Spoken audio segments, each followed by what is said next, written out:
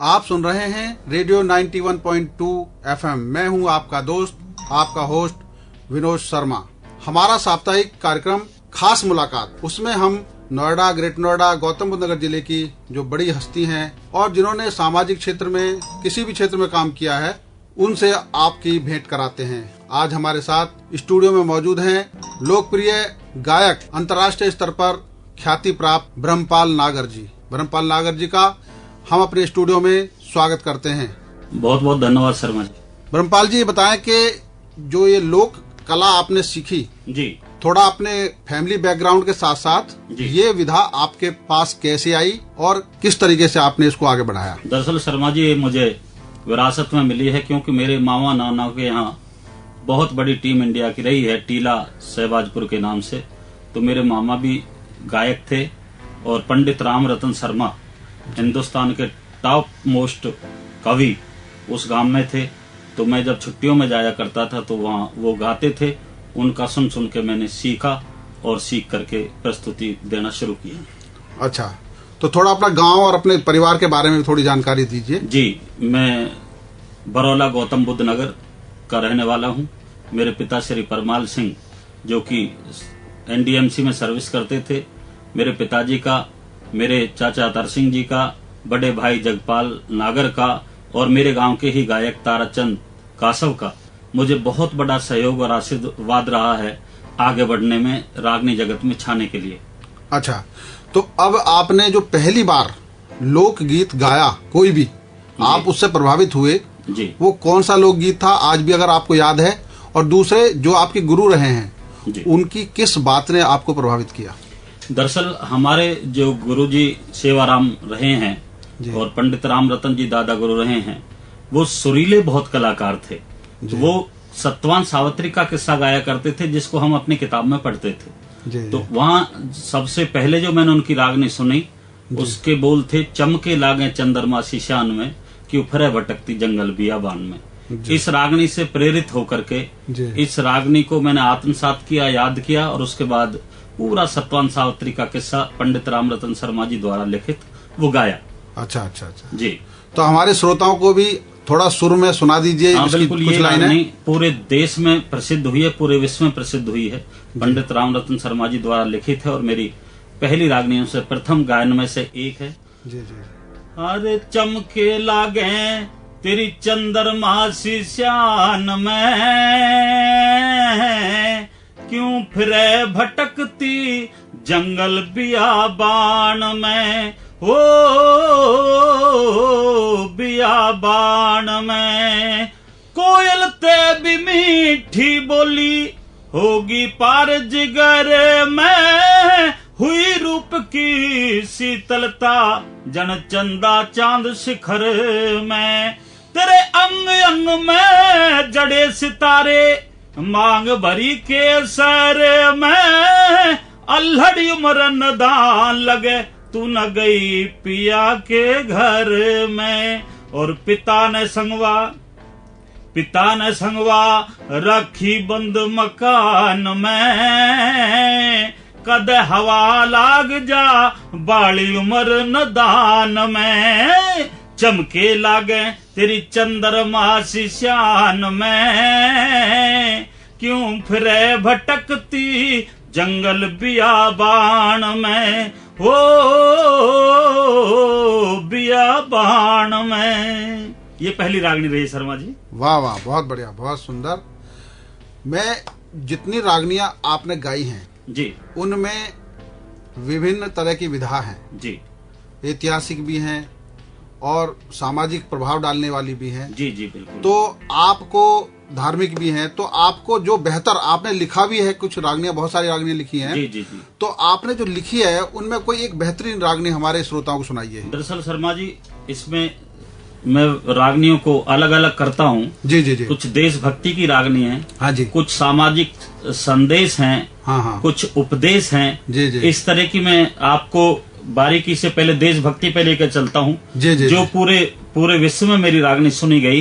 जी, और जब कारगिल का युद्ध हुआ जी, जी, तो ये गीत सबसे ज्यादा मेरा प्रचलित हुआ। जी, जी, और इस गीत को मेरे फौजी भाइयों ने, क्योंकि मैंने 1000 कैसेट जनरल वेद प्रकाश मलिक के नाम पोस्ट की थी बॉर्डर पे। अच्छा अच्छा अच्छा। कारगिल के युद्ध में। जी जी। तो वो फौजियों ने सुन के और मुझे बहुत बहुत बधाई और दुआएं दी और मेरे फौजियों का उत्साहवर्धन हुआ। और मलिक साहब की और इन सब की, यहाँ तक कि प्रधानमंत्री तक की बधाई मुझे आई। उसकी 2 लाइन मैं आपको सुना रहा हूँ, एक अंतरा सुना रहा हूँ जो रागनी पूरे देश में विश्व में मेरी कारगिल की प्रसिद्ध हुई है। जी जी जी। अरे भारत माँ की आज बढ़ा दी, भारत माँ की आज बढ़ा दी, ऊंची शान फौजियों ने पैरों तले रगड़ के धर दिया, पाकिस्तान फौजियों ने पैरों तले रगड़ के धर दिया, पाकिस्तान फौजियों ने। एक अंतरा सुना रहा हूँ जी। जय हिंद के नारे बोले थे वो, बढ़ते बढ़ते चले गए, आंधी तूफान बर्फ में ऊपर चढ़ते चढ़ते चले गए।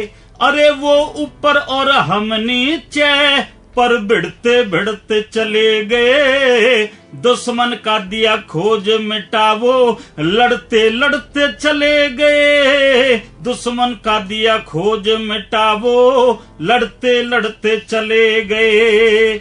भारत माँ के आज किए, हाँ भारत माँ के आज किए, पूरे अरमान फौजियों ने पैरों तले रगड़ के धर दिया, पाकिस्तान फौजियों ने पैरों तले रगड़ के धर दिया, पाकिस्तान फौजियों ने। वाह वाह, हौसला बढ़ाने वाली आपकी ये रागनी है और ये हमने भी सुनी और बहुत जगह पे इसकी प्रशंसा मिली है जी। हम एक चीज और जानना चाहते हैं कि जो आप पिछले मेरे ख्याल से 2 दशक से आप लिख रहे हैं लगातार जी, और इस दौरान जो इस कला को निखारने में आपने एक महत्वपूर्ण भूमिका निभाई है और एक बच्चों को एक मंच भी प्रदान किया है। जी शर्मा जी। तो थोड़ा सा एक जो सालाना प्रतियोगिता भी करते हैं और इसके अलावा एक जो प्रशिक्षण संस्थान आपने खोला है उसके बारे में भी हमारे श्रोताओं को बताइए। दरअसल मैं राजेश पायलट जी और सरदार वल्लभ भाई पटेल जी के विचारों से बहुत प्रभावित हूँ। जी जी। और राजेश पायलट जी की सलाह पे पटेल लोक सांस्कृतिक संस्थान, अच्छा, वो ग्रेटर नोएडा में मैंने इस्टेब्लिश किया। जी जी। और माननीय ब्रजेश कुमार जी IAS, जी जी जी, और आपके राजेश पायलट जी, डॉक्टर महेश शर्मा, जी जी, इन लोगों ने मुझे इसमें बहुत कोऑपरेट किया। और आज जो पटेल लोक सांस्कृतिक संस्थान है उसमें सरकारी स्तर पर डिग्री में प्रोवाइड कराता हूँ प्रभाकर की। अच्छा, 6 वर्षीय कोर्स है। जी जी। जो बच्चे स्टेज पे गा नहीं सकते वो सीख के टीचर लग सकते हैं और जो गा सकते हैं वो स्टेज पे मंच पे अपनी धूम मचा रहे हैं। जैसे राम कुमार लखा है, जयवीर भाटी है, उदयवीर सिंह चौहान जैसे हजारों कलाकार वो धूम मचा रहे हैं। बाकी जो गा नहीं सकते और जो सीख कहीं इतनी मोटी रकम दे के सीख नहीं सकते उनके लिए निःशुल्क मैंने प्रभाकर की डिग्री का प्रावधान रखा है। और उस डिग्री को लेकर के मेरे आज सैकड़ों बच्चे वो सरकारी गैर सरकारी विद्यालयों में टीचर लग चुके हैं। और वो कम से कम अब हर महीने अगर घर पे भी वो शिक्षा देते हैं संगीत की तो हर महीने कम से कम 50,000 रुपया उनके घर में आता है। तो ये कार्य मैंने संस्थान के द्वारा किया है। और जहाँ तक आपने की पटेल जयंती और समारोह अन्य समारोहों की, तो मैं प्रति वर्ष 30 और 31 अक्टूबर को पटेल जयंती समारोह मनाता हूँ।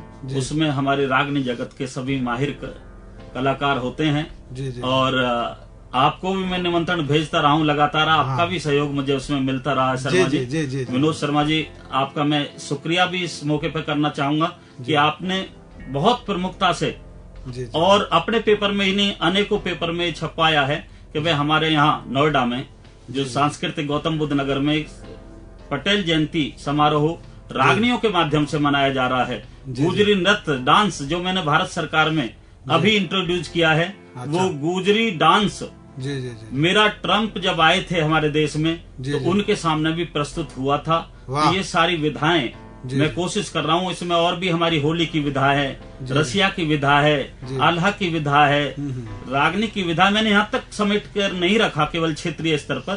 भारत का जो फोक है वो किसी भी तरह का फोक है, उसके कलाकारों को सहायता देना, उनके कलाकारों को प्रशिक्षण देना यहाँ पर ट्रेन टीचर्स द्वारा जी। और जो बुजुर्ग लोग कलाकार हैं उनको हर साल शॉल और नगद पुरस्कार दे करके संस्थान के द्वारा सम्मानित किया जाता रहा है।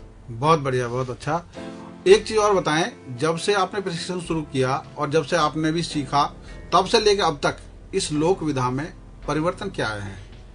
दरअसल शर्मा जी, समय के हिसाब से सारी चीज चलती रहती हैं। जी जी जी। एक तो जब हम शुरू में गाते थे जी जी। तो संगीत बहुत सरल होता था। हाँ हाँ।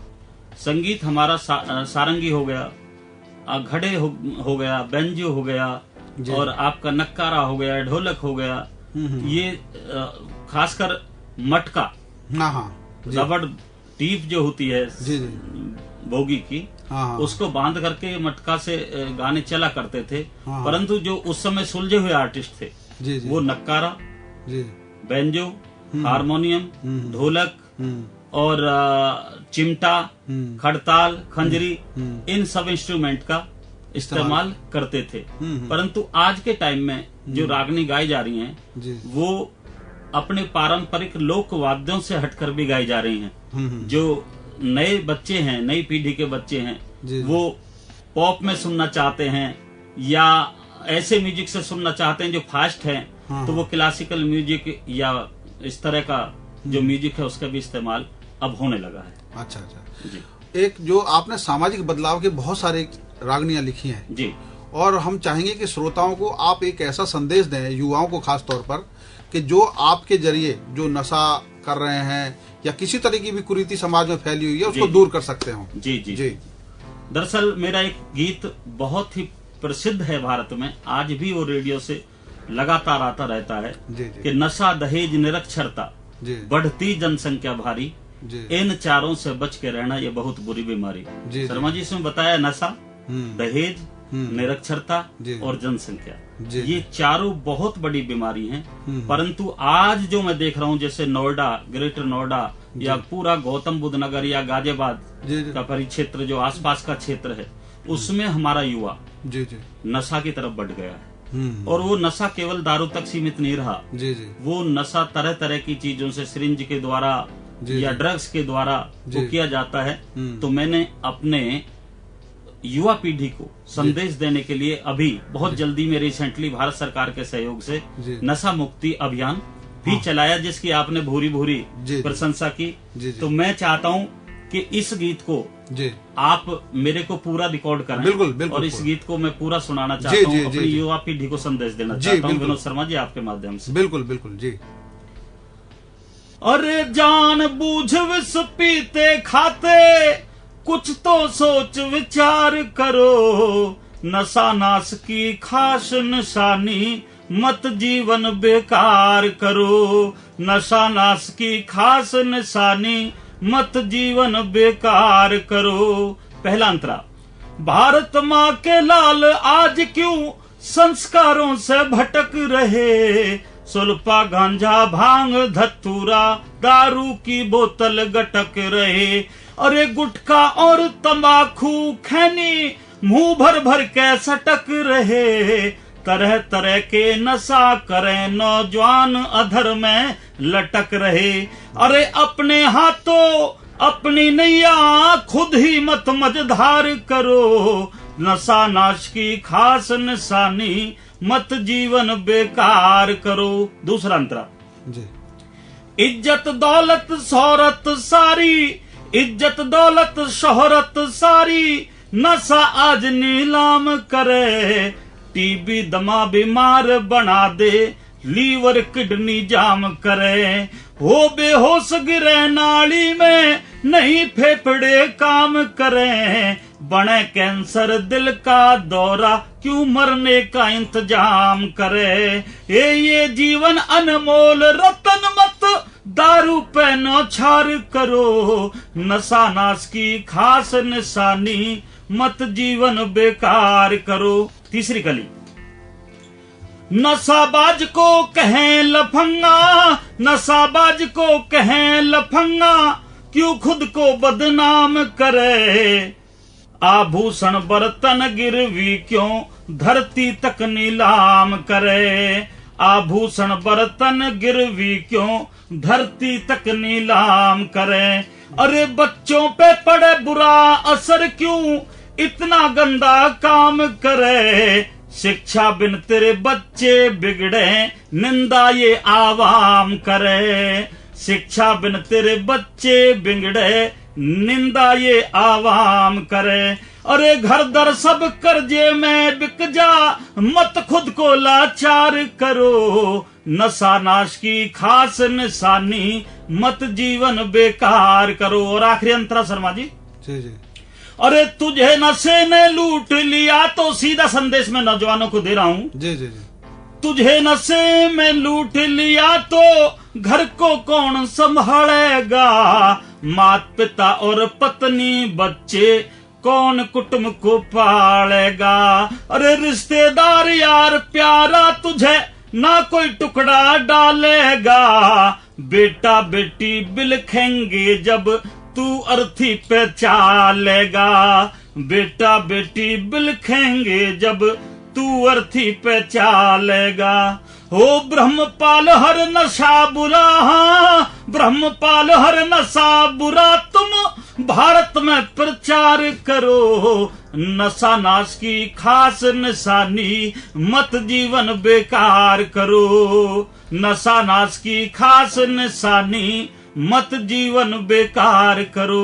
बहुत सुंदर, बहुत सुंदर, बहुत सुंदर। एक चीज और, आप दुनिया भर में घूमे हैं। जी शर्मा जी। और आपने अलग अलग जगह गाया भी है, अलग अलग सुना है। कोई एक दिलचस्प किस्सा हमारे श्रोताओं को सुनाओ जब आपको गर्व महसूस किया हो और दूसरे देश में जाके आपने जब सुनाया होगा कोई भी लोकप्रिय गीत। बिल्कुल जी। विदेशों में जी अधिकतर मैंने भजन भी गाए हैं, भजन गाए हैं और रागनी भी गाई हैं। तो भजन श्रृंखला में एक भजन का एक अंतरा मैं आपको सुना रहा हूँ जो विदेशों में मैंने गाया है। जी। और अपने देश की जहाँ तक बात है, जी। जब मैं धन्यवाद करना चाहता हूँ जी। हमारे गौतम बुद्ध नगर के सांसद जी। भाई महेश शर्मा जी का, जी। कि उन्होंने 2 मंच रिसेंटली पीछे सजाए गए प्रधानमंत्री के। जी।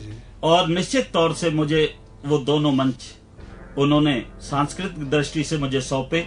मैं बहुत उस समय अपने को गौरवान्वित महसूस किया, क्योंकि एक देश का सच्चा सिपाही जी। जिसको मोदी के रूप में आज दुनिया सैल्यूट करती है, उसके मंच पे जब मैं और मेरी टीम ने गाया तो मुझे सबसे ज्यादा गर्व देश में महसूस हुआ।